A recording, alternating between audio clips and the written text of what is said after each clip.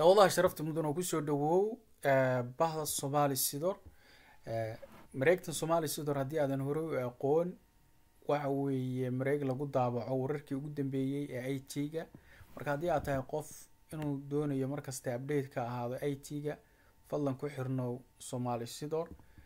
inta haddaynu uga gudubno muuqaalkan muhiimka ah aynu u guda galno aan rabo inaan la wadaago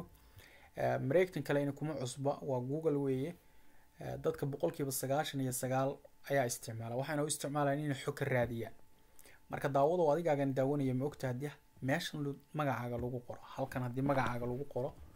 in ay soo baxayso xogtaada magaalada aad degan tahay xaafadda ka degan tahay addresska aad ku nooshahay gaariga aad wadato noociisa iyo cida kula nool arrinta tan waxay suurtagal ka tahay wadamada horumaray ee reer galbeedka ah haddii aad ku nooshahay xogtaas waad hubtaa in la helayo adigu waad ogtahay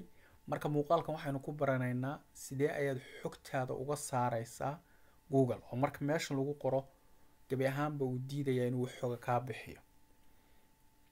arrintaas waa suuragal shaqada waxa qabanaysa shirkadda Google oo ugu tala gashay macaamiisheeda marka waxaad ka gudbinaysaa dacwad maadaama Google aysan arrimahan aan soo sheegnay daabacayn oo ay daabacaan website shati u haysta ama sharci u haysta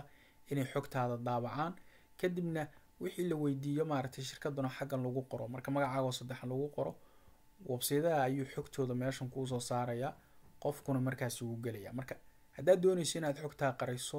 sababtu si kasta ha ahaatee ay muhiim u tahay privacy-ga iyo maaragtay xogtaada qaaska ah inaad u diido public muuqaalkani waa mid ku anfacaya waynu bilaabaynaa muuqaalka waxba hadalkaynu kuma badinayo way isla fahanaan u malaynaya waxaan ka hadlayo marka koobaad waxaad ku soo galaysaa email-kaaga Google email-kaaga ayaa ku soo galaysaa bahda Somali Sidor email-kooda aan ku jira casharkan ku qaadanaynaa kadibna meeshan ayaan ku qoraynaa magacaaga ama magacayga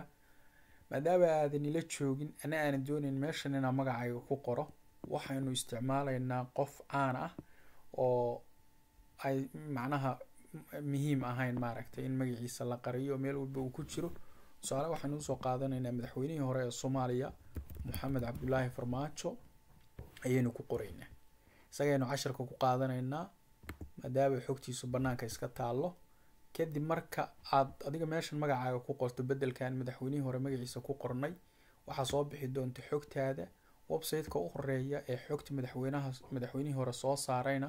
waa Wikipedia طبعا waa taariikhdii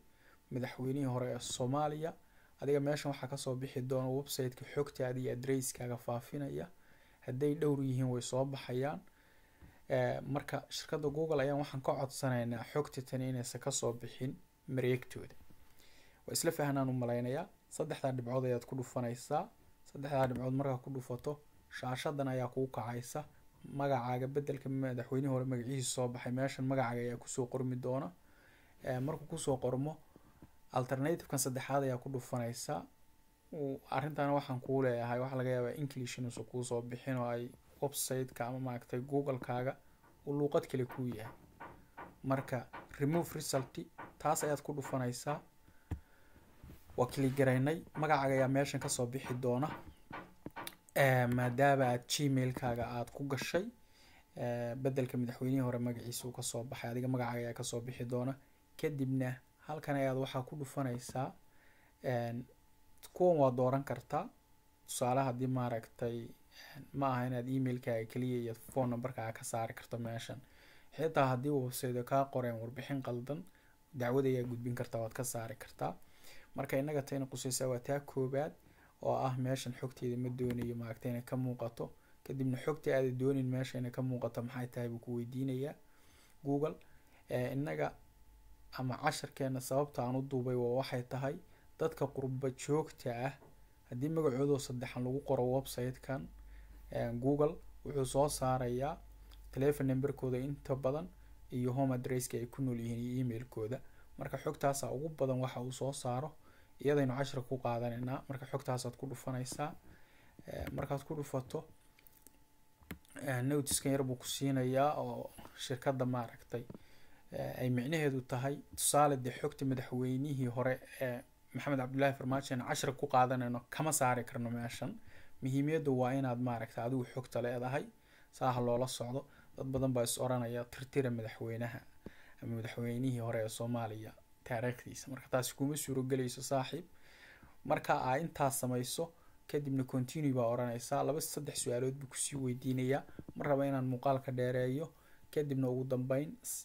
waa gudbinaysaa. stageka u dambeeya markaa gudbisana email ayaa kuugu soo dhici doona emailkaaga, kaasoo lagugu sheegaya in la helay dacwadaadii. 24 saac gudahoodna waxaa kuu soo dhici doona email kale oo lagugu sheegayo in xogtaadii laga saaray Google. dabcan waxaa jira si kale oo xogtaada gebi ahaanba loo qariyo, xitaa website-yada loo dacweeyo. muuqaalada dambe ayaynu ku baranaynaa. fadlan sii share garee muuqaalkan, gaarsii asxaabtaada gaar ahaan kuwa qurbo joogta ah. waana mahadsantihiin saaxiibayaal.